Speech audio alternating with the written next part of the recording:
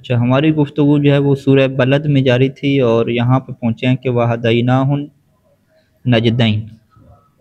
ٹھیک ہے جی، ہاں، اور ہم نے انسان کو ہدایت دی نجدین کی۔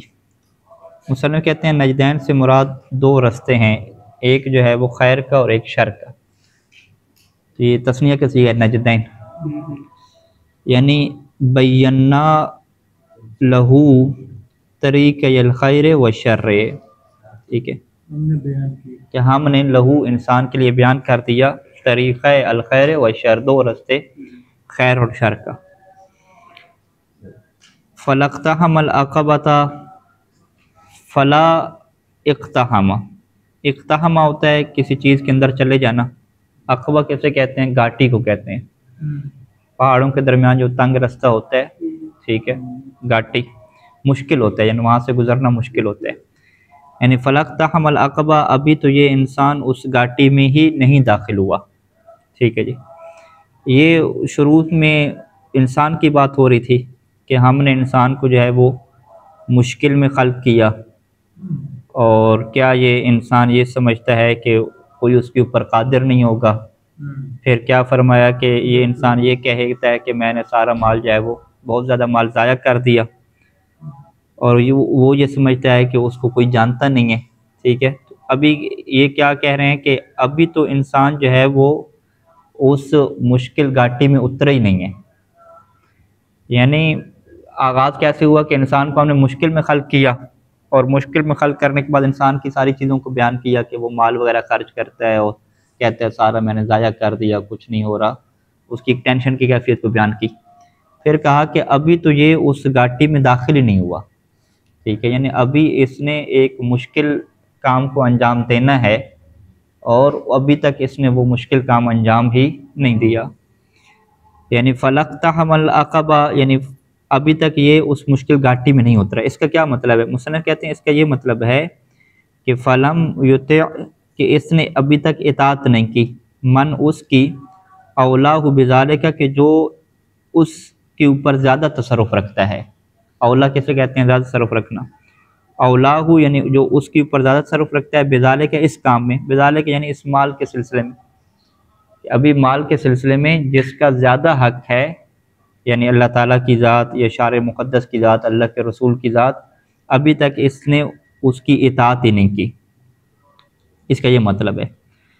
اقتحام عقبہ کا جو لفظ یہاں پہ استعمال ہوا ہے اس کا کیا مطلب ہے؟ اس کے لفظی معنی یہ بیان کر رہے ہیں کہ اللہ کی اطاعت کیسے نہیں کی، یعنی بے اقتحام العقبۃ اے دخولہا، یعنی عقبہ میں داخل ہونے کے ذریعے سے۔ یہاں پہ آگے جا کے یہ بات واضح کریں گے کہ قرآن مجید جب یہ کہے گا کہ تمہیں کیا معلوم کہ وہ گھاٹی کیا ہے، یعنی ہم کس گھاٹی کی بات کر رہے ہیں کہ جس میں جو ہے وہ تم نے داخل ہونا ہے اور اس میں داخل ہو کے تم اللہ کی اطاعت کرو گے، تو وہ گھاٹی کون سی ذکر کی کہ جو انسان کے لیے مشکل ہے؟ اس میں کہا کہ فک رقبۃ، آگے آیت آئے گی کہ غلام کو آزاد کرانا، غریبوں اور مسکینوں کو کھلانا، کہا کہ یہ جو لوگوں کو کھلانا ہے نا، غلام آزاد کرانا ہے، یہ وہ مشکل گھاٹی ہے کہ جس کے اندر ابھی تک یہ انسان داخل ہی نہیں ہوا۔ یعنی اس سے ہم کیا کہتے ہیں کہ مال خرچ کرنا انسان کے لیے بہت ہی مشکل کام ہوتا ہے، اور یہ اس کے لیے ایسی ہے کہ جیسے کہ وہ ایک گھاٹی میں داخل ہو رہا ہے، ٹھیک ہے۔ یہ اصل مثال کے طور پہ اوپر انہوں نے بات کی کہ یعنی علم نجعل له عینین و لسان و شفتین، یہ درمیان میں جو نئی ربط جو دی ہے یہ اس کی کیا ہوتا ہے قرآن میں؟ اوپر کہہ دی کہ ہم نے خلق کیا انسان کی مشقت میں، پھر قدرت نہیں رکھتا، پھر اس نے ہلاکت کیا، اپنے مال کو، کثیر مال کو ہلاک کر دیا، پھر نئی ایک بات شروع کیا علم نجعل له، نہیں وہی ہے نا کہ یعنی یہ انسان کہہ رہا ہے کہ ہم اپنے مال کو ہلاک کیا، اور ہم نے جو ہے وہ باقاعدہ اس کے لیے آنکھیں قرار دی، کان قرار دی، ہدایت اور سارے راستے اس کے لیے واضح کر دیے، تو اس کو سمجھنا چاہیے نا کہ وہ جو اس کا نظریہ بنا ہوا ہے کہ مال میرا ضائع ہو رہا ہے، میں کیوں ضائع کر رہا ہوں سمت کی خاطر، تو وہ اس میں ہوش سے لینا چاہیے، مال ضائع نہیں کرنا چاہیے اس سے، بلکہ اللہ کی اطاعت کی طرف بڑھنا چاہیے۔ اور اللہ کی اطاعت کی طرف بڑھنے کو یہاں پہ کیا تعبیر کیا؟ یعنی ابھی تک وہ مشکل گھاٹی میں داخل ہی نہیں ہوا، یوں کر کے سارا بن جائے گا نا تسلسل۔ ٹھیک ہے. اچھا، وما ادراک مل عقبہ، تمہیں کیا پتہ کہ یہ عقبہ کیا ہے. ٹھیک ہے. وہ یہ طریق، یہ وہ رستہ ہوتا ہے کہ فی الجبل، جو پہاڑ میں ہوتا ہے. استعیرت، اور یہاں پہ اس کو استعارہ کے طور پہ استعمال کیا گیا. کس کے لیے؟ لما فسرت بھی، جو میں نے تفسیر کی ہے. وہ کیا استعارہ ہے؟ خود قرآن کے آگے خود بیان کرتا ہے. وَهُوَ فَكُّ رَقَبَةٍ، وہ کیا ہے؟ غلام آزاد کرانا ہے. یعنی غلام آزاد کرانے کے لیے بہت پیسہ لگتا ہے. جس طرح آپ پوری گائے خرید رہے ہیں، جانور خرید رہے ہیں، تو اس کی ایک قیمت ہے. اس زمانے میں انسان کی بھی کیا ہے؟ ایک قیمت ہوتی تھی بڑی. تو اب اس کے لیے بہت زیادہ پیسہ کیا لگانا پڑتا تھا. تو یہ انسانیت کی جو بنا رکھی اسلام نے، اور غلامی کی آزادی کا نظام ایسا متعارف کرایا کہ آج تک کوئی غلام باقی نہیں رہا، سارے ختم ہو گئے. وہ خرید کے بیچتے ہیں، سارے نظام ایسے چلتا گیا. تو یہ جو ہے نا، کہتے ہیں کہ یہ جو ہے نا مشکل گھاٹی ہے کہ اپنا جو ہے وہ پیسہ کسی انسان کو آزاد کرانے کے لیے خرچ کر دینا، یہ ایک مشکل ترین کام ہے. دوسرا کیا کہا کہ او اطعام فی یوم ذی مسغبہ، یا کھانا کھلانا ایسے دن میں کہ جو مسغبہ والا ہو. مسغبہ کی کیا تفسیر کی؟ مجاعتن، کہ وہ بھوک والا کیا دن ہو. یعنی فاقہ کے دنوں میں کسی کو کیا کھانا کھلانا. فاقہ کے دنوں میں کسی اور کو کھانا کھلانا یہ مشکل کام ہے. اور جب حالات اچھے ہوں تو کسی کو کھانا کھلانا یہ کیا آسان ہے. ہاں ہاں، یعنی نیا نیا شہریہ ملے تو پھر تو بندہ کھلا دیتے ہیں. ٹھیک ہے، نئی نئی کمیٹی نکلی ہو. اگر حالات مشکل بنے ہو اپنے اوپر تو پھر وہ کسی کو نہیں کھلاتا، کہتے ہیں بھئی یہ مشکل کام ہے. تو اطعام فی یوم ذی مسغبہ، یعنی اس دن میں کھلانا کہ جو دن کیا ہو؟ بھوک والا ہو، فاقے والا ہو.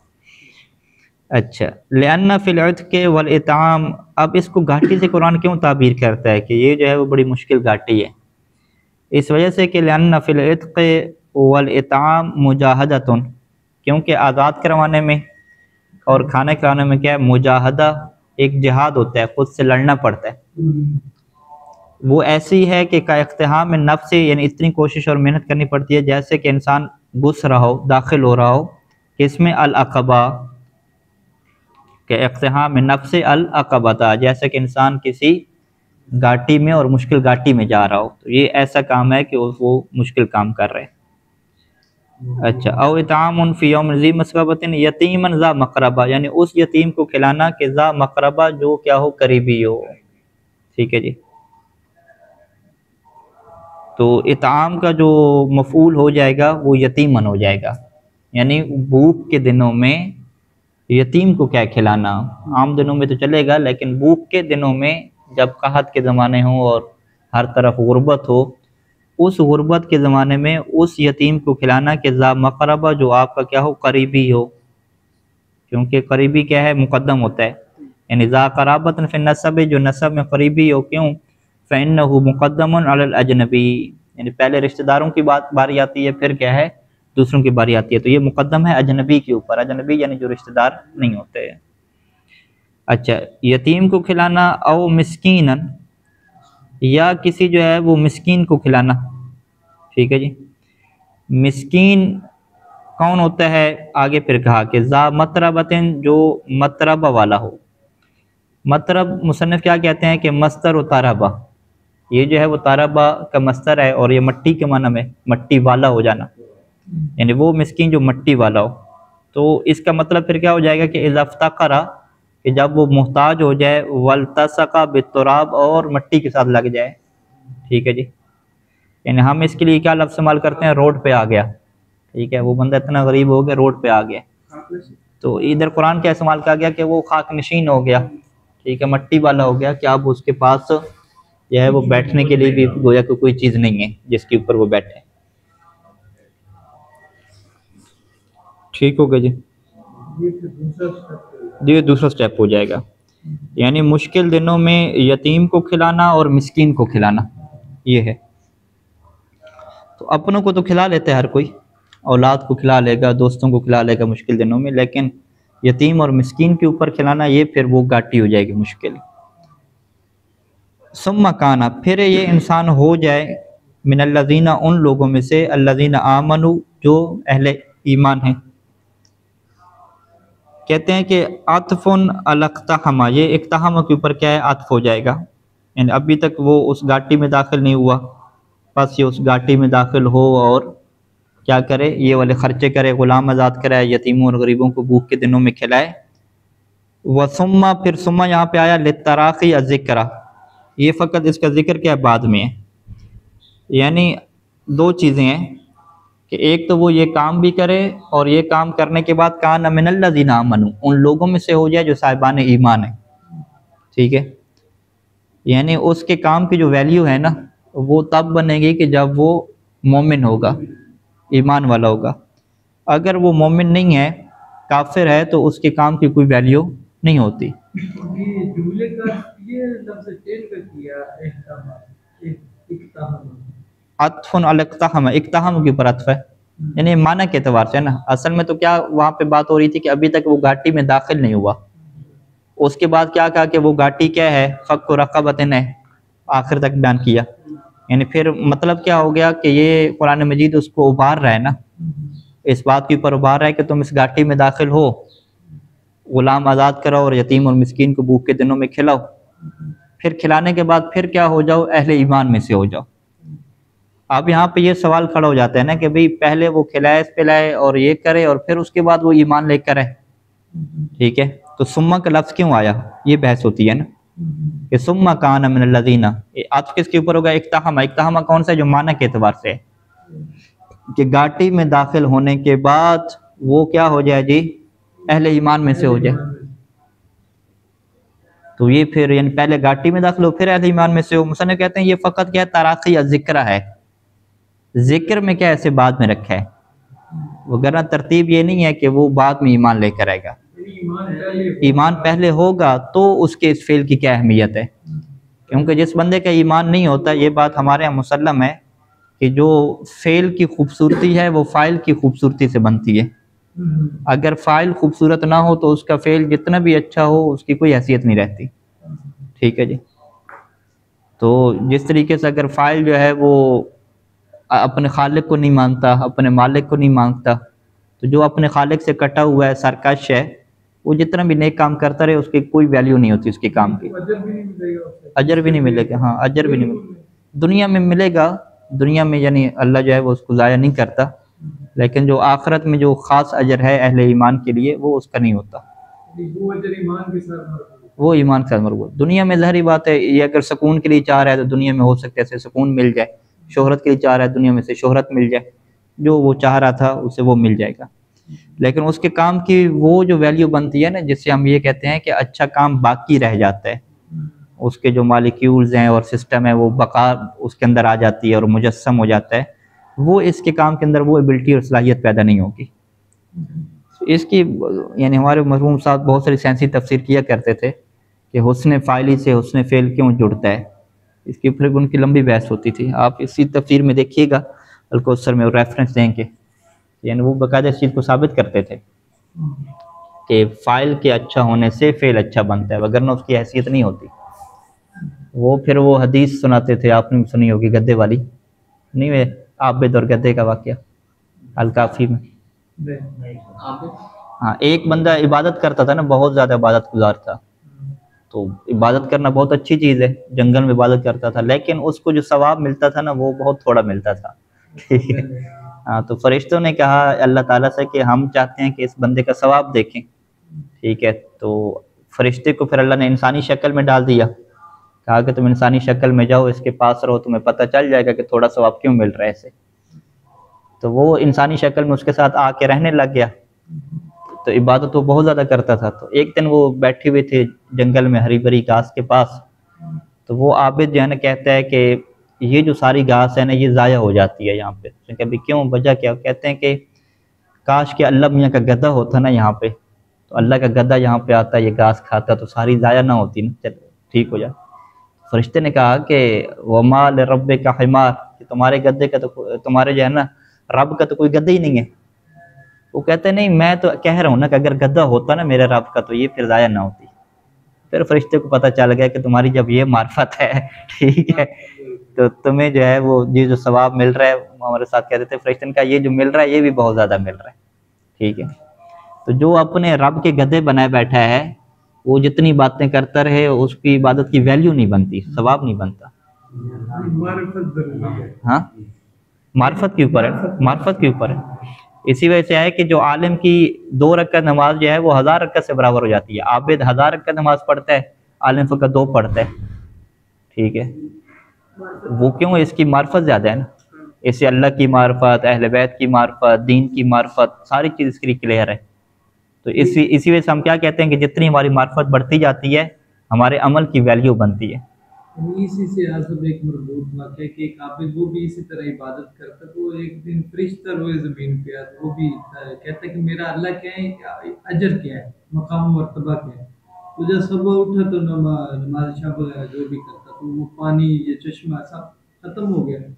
اب یہ جنگل یہ صحرا میں تلاش کر رہا ہے، ایک بندہ وہی وہ اس نے اٹھائی مشق اور کہتا ہے کہ مجھے 2 گھونٹ پانی دو میں پی لوں۔ جب پانی پیے تو اس کی پیاس نہ بجھی، اس نے کہا میں پانی پہلی بات تو فری نہیں دیتا، آپ مجھے کچھ دیں، کہ میرے پاس پیسے تو کوئی نہیں، 100 سال کی عبادت ہے، آپ 50 سال کی لے لو، مجھے پانی پلا دو۔ اس نے وہ دے دی اور 1 گلاس پانی پیے، پھر بھی پیاس ختم نہ ہوئی، پھر کہتا ہے کہ مجھے اور دو، وہ بھی پی لیا۔ جب پانی ختم، وہ اس کی عبادت ختم ہوئی، تو پانی نہیں تھا دے رہا۔ وہ کہتا ہے کہ تمہاری اجر یہ ہے، 100 سال کی عبادت تم نے 2 گلاسوں کے اندر بیچ دی۔ اب وہ رویا اور اللہ نے پھر اس رونے کے اوپر 1000 سال کی عبادت اس کے نام اعمال کو لکھی کہ اب جو تم نے گریہ کیا معرفت کا کیا، اب معرفت والا گریہ، جی جی یہ یقیناً ہے، تو یہ واضح ہے، ٹھیک ہے جی۔ تو یہاں پہ اسی وجہ سے کہ ثم کان من الذین آمنوا، یہ شرط قرآن نے کیوں لگائی کہ پھر وہ ان لوگوں میں سے ہو جو صاحبان ایمان ہیں، ٹھیک ہے۔ تو یہ ثم جو ہے وہ فقط تراخی ذکر کے لیے ہے کہ اس کا ذکر کیا ہے فقط بعد میں آ رہا ہے، وگرنہ یہ پہلے سے شرط کا ہونا کیا ہے، ضروری ہے۔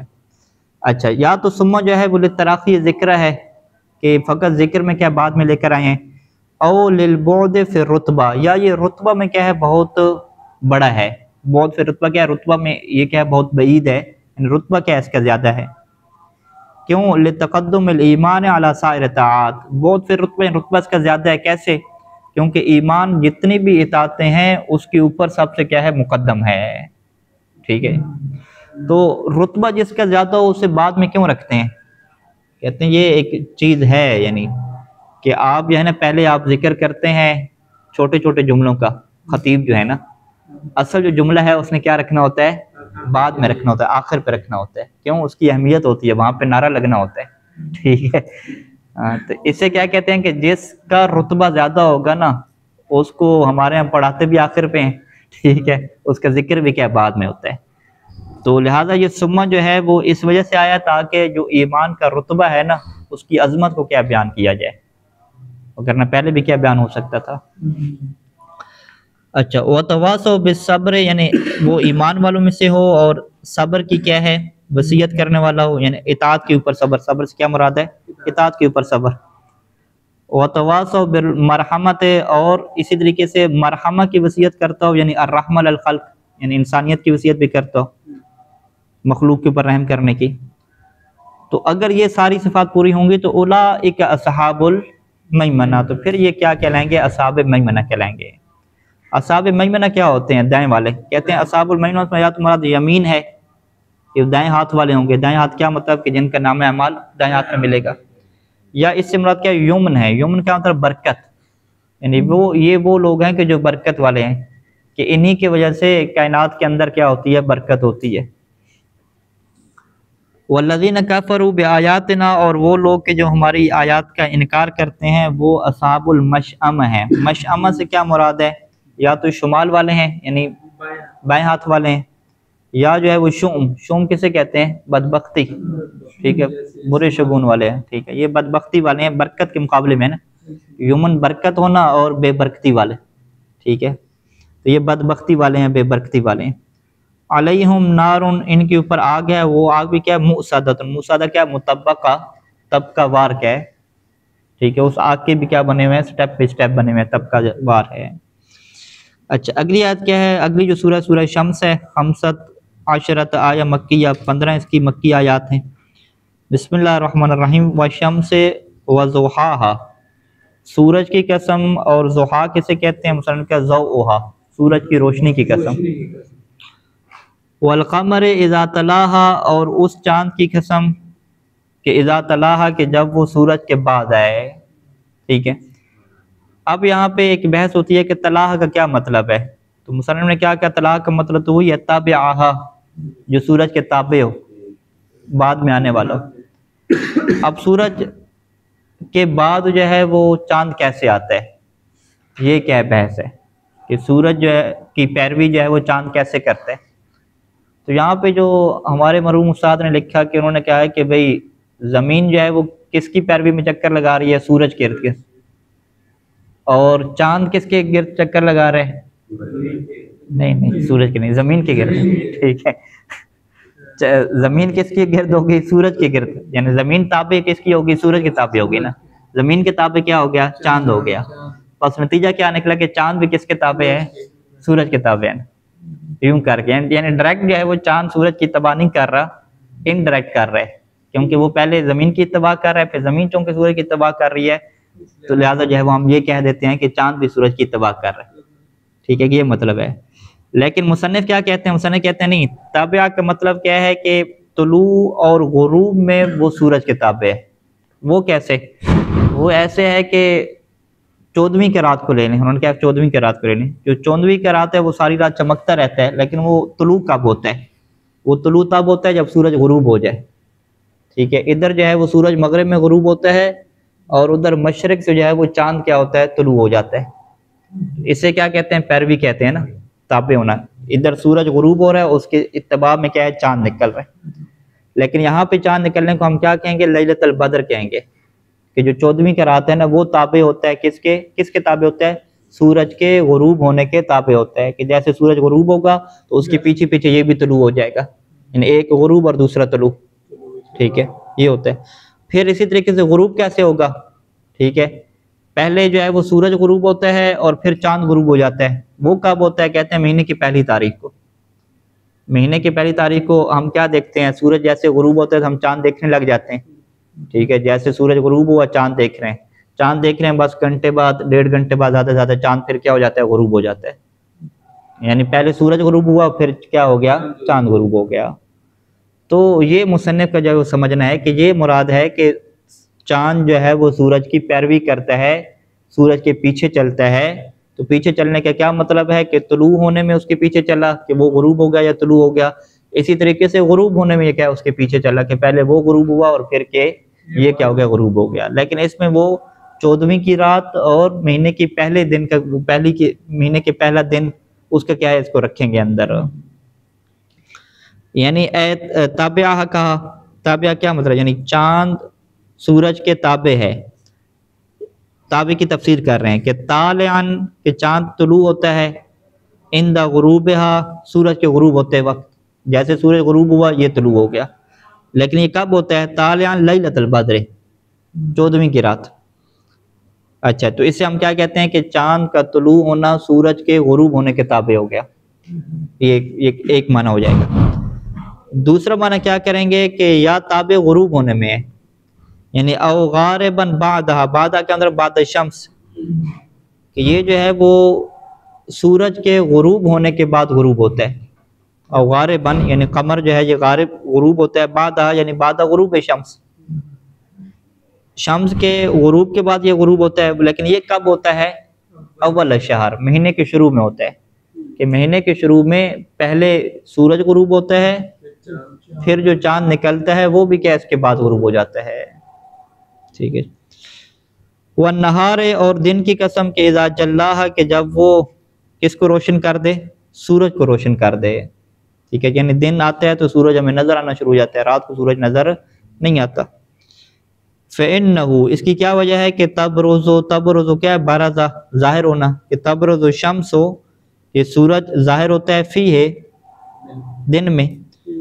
تو اس کو فَكَأَنَّهُ، اس کو مجازن یہ کہہ دی جاتا ہے، فَكَأَنَّهُ، گویا کہ دن نے کیا کیا؟ سورج کو روشن کر دیا۔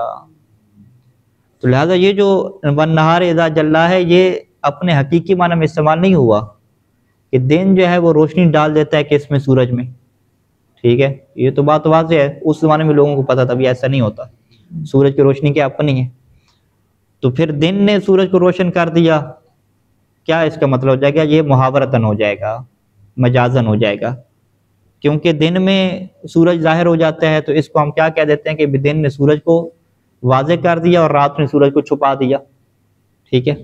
واللیل اذا یغشا، اور رات کی قسم کہ اذا یغشا، جب سورج کو وہ چھپا دے، ٹھیک ہے، یعنی یغطی ضوءھا بظلامہ، کہ وہ سورج کی روشنی کو چھپا دے بظلامہ، اپنی تاریکی کی وجہ سے، ٹھیک ہے، ظلمت کی وجہ سے۔ تو یہ سارے کیا محاورتاً گفتگو ہو رہی ہے۔ والسماء، اور آسمان کی قسم، وما بناہا، اور اس کی قسم کہ جس نے آسمان کو بنایا ہے، والارض، زمین کی قسم، وما، اور اس کی قسم کہ جس نے زمین کو طحاہا، بچھایا ہے، ونفس، اور نفس کی قسم، وما، اور اس ذات کی قسم کہ جس نے نفس کو درست بنایا۔ سواہ کا کیا مطلب ہے؟ یعنی عدل خلقہا، کہ اس کی جو خلقت ہے اس کو موزوں اور درست بنایا ہے، بالکل اس کے اندر کسی قسم کوئی مشکل نہیں ہے۔ اب یہاں پہ مصنف یہ کہتے ہیں کہ یہ جو تینوں آیات ہیں، والسماء وما بناہا والارض وما طحاہا ونفس ما سوا، اس میں ہم نے ما کا کیا ترجمہ ہم کر رہے ہیں؟ ما کا ہم کیا ترجمہ کر رہے ہیں کہ آسمان کی قسم اور وما، اس ذات کی قسم، یعنی ما کو ہم من کے معنی میں لے رہے ہیں، ٹھیک ہے، یعنی ما فی الثلاثۃ، ما جو ہے وہ تینوں آیات میں کیا ہے؟ بمعنی من، من کے معنی میں ہے۔ تو اب یہ سوال ہوگا کہ جب یہ من کے معنی میں ہے تو قرآن مجید اسے کیا استعمال کرے؟ والسماء ومن بناہا، ٹھیک ہے، والارض ومن طحاہا، تو یہ ما کو من کے اوپر ترجیح کیوں دی گئی ہے؟ تو اللہ تعالیٰ عقل کی ذات ہے، ما عقل کے لیے، غیر عقل کے لیے، ٹھیک ہے، ہاں ہاں ٹھیک ہے، اللہ کی بات ہو رہی ہے نا، یعنی آسمان کی قسم اور ومن، اور اس کی قسم جس نے آسمان کو بنایا، بات تو عقل کی ہے نا۔ تو ما جو ہے وہ من کے معنی میں ہے، پھر من کو لے کر آتے ہیں، ما کو کیوں لے کر آتے ہیں؟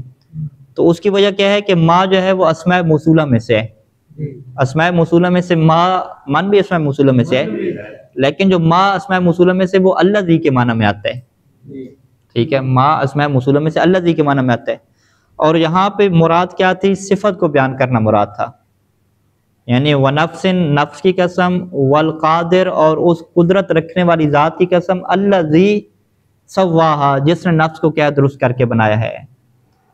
تو چونکہ یہاں پہ مراد ہم الذی والا معنی مراد لینا چاہ رہے تھے، تو الذی کے معنی میں ہمارے پاس ما استعمال ہوتا ہے، نہ کہ من استعمال ہوتا ہے، ٹھیک ہے۔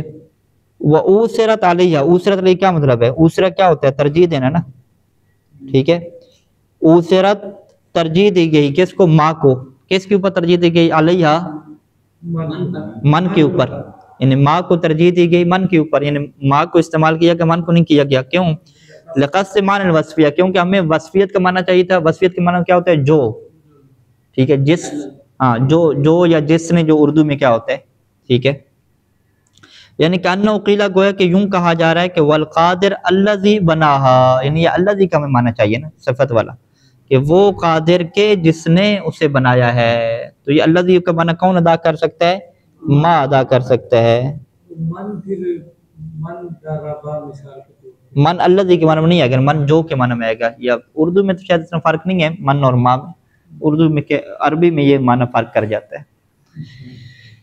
اچھا جی، فَأَلْهَمَهَا فُجُورَهَا وَتَقْوَاهَا، پس اس نے الہام کیا اس نفس کو فجور اور تقوی۔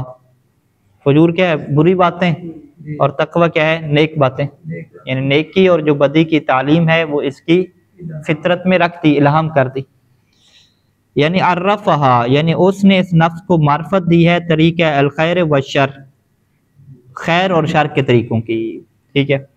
اب یہاں پہ ایک اور سوال اٹھا کہ پہلے تقوی کہہ دیتا نا، فَأَلْهَمَهَا تَقْوَاهَا وَفُجُورَهَا، ٹھیک ہے، کہ اللہ نے جو ہے وہ تقوی کی اسے پہلے الہام کیا، پھر کیا بدی کا، تو تقوی کو کیوں آخر پر رکھا؟ یہاں پہ ایک نقطہ وہی ہے جو پہلے انہوں نے بیان کیا تھا، کہ جس کی اہمیت بیان کرنا مقصود ہوتی ہے اس کو آخر پہ ذکر کیا جاتا ہے، لیکن مصنف یہاں پہ ایک بلاغت کا نقطہ ذکر کرتے ہیں کہتے ہیں کہ وَأَخَّرَ التَّقْوَى لِلْفَاصِلَةِ، تقوی کو اس لیے آخر پر رکھا کیونکہ فاصلہ مقصود ہے۔ فاصلہ ایک علم بلاغت کی اصطلاح ہے۔ فاصلہ کا کیا مطلب ہوتا ہے؟ فواصل، فاصلہ قافیہ، للفاصلۃ للقافیۃ، فاصلہ بمعنی قافیہ کے، قافیہ کی وجہ سے۔ قافیہ کیسے بنتا ہے؟ کہتے ہیں کہ فجورہا رکھیں تو قافیہ سارا گڑبڑ ہو جاتا ہے، تقواہا رکھیں تو قافیہ ٹھیک رہتا ہے۔ اس کی کیا وجہ ہے کہ اوپر آپ دیکھیں شروع سے ضحاہا، یعنی ہا سے پہلے کیا ہے؟ الف ہے۔ ضحاہا، تلاہا، جلاہا، یغشاہا، بناہا، تہاہا، سواہا، آگے کیا آ جائے؟ فجورہا، تو یہ سارا کیا گڑبڑ ہو جائے گا۔ آگے کیا مناسب بنتا ہے؟ تقویٰ۔ تو قافیہ کی وجہ سے کیا ہے؟ تقوی کو کیا رکھا؟ آخر پہ رکھا، تو قافیہ بھی سیٹ ہو گیا اور وہ معنی بھی اہمیت والا سیٹ ہو گیا۔ ہاں آپ کہہ رہے تھے دو، ایک یعنی اس کی وہی قافیہ سیٹ ہونے سے معنی بھی سیٹ ہو گیا، معنی بھی تو ٹھیک ہے۔ نہیں، معنی تو سیٹ ہے نا۔ ایک تو پہلے آپ نے بیان کی نا کہ جیسے ایک چیز اہمیت ہے نا، وہی اہمیت والا بھی معنی باقی رہ جائے گا اور قافیہ کی رعایت بھی ہو جائے گی نا، یعنی دو کام اکٹھے ہو جائیں گے نا۔ یعنی ایسا نہیں ہے کہ یہاں پہ معنی جو ہے وہ گڑبڑ ہو گیا اور فقط قافیہ کی رعایت ہوئی، اس طرح اشعار میں اشاعر کرتے ہیں، شاعر کا معنی گڑبڑ تھوڑا ہو جاتا ہے لیکن قافیہ کو وہ فوقیت دیتے ہیں۔ تو یہ قرآن کا معجزہ ہو جائے گا نا کہ قافیہ بھی بچا لیا اور معنی بھی کیا بچا لیا، دونوں اکٹھے کام ہو گئے نا۔ ٹھیک ہے، صلی اللہ علیہ محمد وآلہ اجمعین۔